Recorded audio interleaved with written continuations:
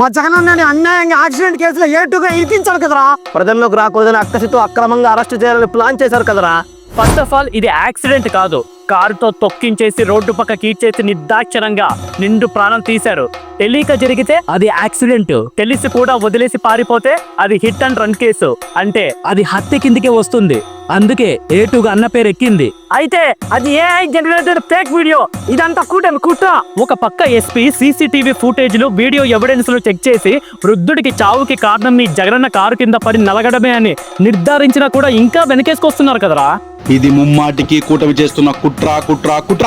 మీ నాన్న అదే కారు కింద పడుంటే, అదే విధంగా పక్కకి ఇచ్చుంటే, వెంటనే వైద్యం అందక చచ్చుంటే, మీ అమ్మ బొట్టు చెరిగుంటే అప్పుడు తెలిసేదిరా మీకు ఆ నొప్పి. కారు కింద కార్యకర్త పడితే కనీస కనికరం కూడా లేకుండా పక్కకు లాగేసి పరామర్శ పేరుతో పారిపోయినోడిని ఇంకా సిగ్గు లేకుండా సమర్థిస్తున్నారు.